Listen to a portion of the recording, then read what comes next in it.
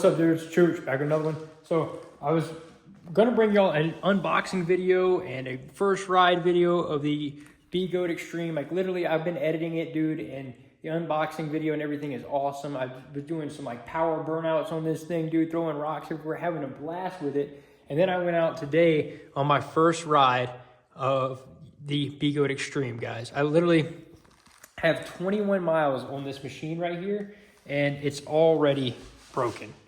So you see this right here, this already bent, this whole rod right here. And if you look at this, guys, upon assembling this, because I had to put this wheel together and I had to connect this whole suspension back here. But upon assembling it, one thing that I noted was really a weak point was this, guys. This is a hollow cylinder that goes through here, and then these bolts just screw into the side, and they only thread in about this far, okay?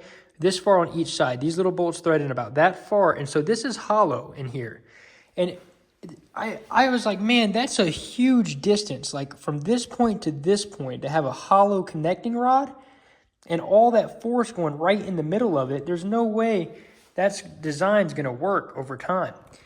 And guys, I went out there and it wasn't, I rode an Erie single track, and it's literally just, you know, a few little rollers, not any big jumps or anything, guys. And I literally was just, you know, going off the jumps, landing on the downhill sides of them. And every time I'd hit, dude, it would bottom out.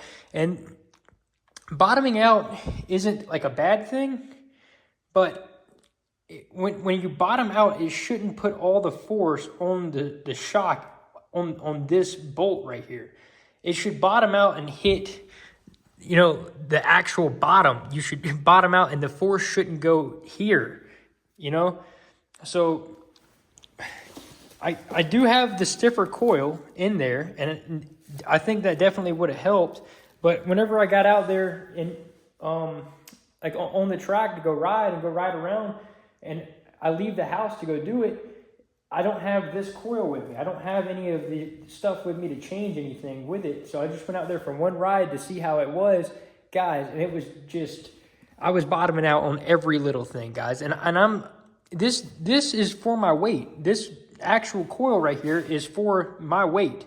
You know, I wouldn't need the bigger coil for my weight.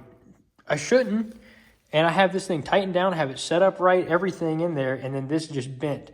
But what blows my mind is how easy this would be to fix this. The design team at BEGODE, why would, out of all things on this wheel, and I will say most things on this wheel are pretty good, and it feels like a high quality machine overall, but why would you put a hollow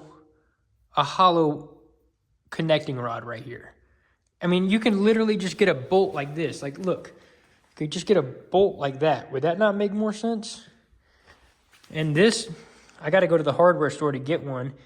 But that's what I'm going to have to do, is just get a bolt that's long enough that goes through that feeds through there. And just, that would make more sense. And how easy would that be? Like, whoever's lead of the design team, why would you not just go with something like this that could have literally saved... Because everything on this wheel is pretty much perfect, man. Like the power is crazy, dude. The way the suspension mechanism glides is just elegant. It really is so free and elegant. And then the only thing was, man, that makes no sense. That is really hollow, bro. I could probably bend that with my hands if I really tried. I mean, you could, man. Somebody out there, like one of those bodybuilder dudes that like crushes an apple with his hands, could take this bolt and bend it like a serving spoon, really, or this little linkage right here. So you just need something like that, and that's what I'm going to do. I'm going to go to the hardware store and try to find a bolt that's more sturdy than this, because I don't even trust. I was going to reach out and try to see if they'd send a new one. But I don't think I would trust having a new one of these. So I think I'm going to get a hefty bolt. I'm going to put the new thicker boy spring in here, you know. And then I'm going to also change this to this point right here. So I'm going to change this eyelet up to this point right here. And apparently this right here is a more progressive spring travel. And when you change it to this eyelet right here, this upper eyelet, it's more of a progressive spring travel than having it at this setting. This is more of an abrupt, you know, kind of spring travel. So in reality, I think if I would have had this in there, and then I would have had it at this setting, I think I would have been okay like that. And the main thing with this, guys, is if you look at a mountain bike, the way a mountain bike shock is mounted, there's no mountain bike in the world with the eyelet points like this that are this far apart from each other. It's going to be, if you look at a mountain bike, the bolts would come in right here and the rod would only be that long. It wouldn't be this long. This design right here is that's just not good. So, I hate to be that type of person that's like, you know, just got the wheel, whatever, messed up. But it's true, man. Like, I don't think it's a bad wheel. I think the BEGODE Extreme definitely has potential. Like, if my suspension would have been performing perfectly today, guys, and not been bottoming out, and if this coil changes it all the way, I don't think it will though, guys. As much as I was bottoming out, I really don't think that just changing this coil will do it, because this is like a 600-pound coil. This is a 900-pound coil, and I just don't think that. I genuinely don't think it's going to make that big of a difference. But I'm going to try it. I'm going to put the new coil in there, put a new solid bolt connecting this across like that, and then we'll see where we go.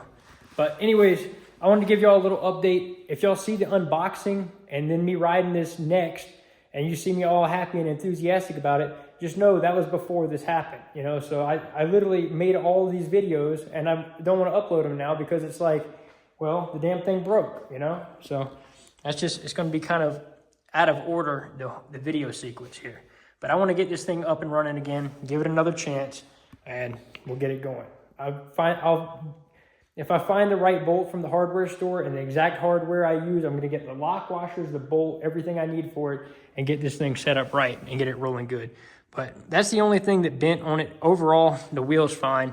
Would I buy this wheel if this didn't bend? Yes. Okay? So just put it like that. I'll get this fixed, and we'll get this on the trails and see how it is, though. But I want to give y'all a real life, you know, a real honest review, man. That's the first 21 miles. That's what I've experienced. But more coming on the BEGODE Extreme. It's been Chooch. If y'all enjoyed the video, throw it a thumbs up, and I'll see you in the next one. Peace.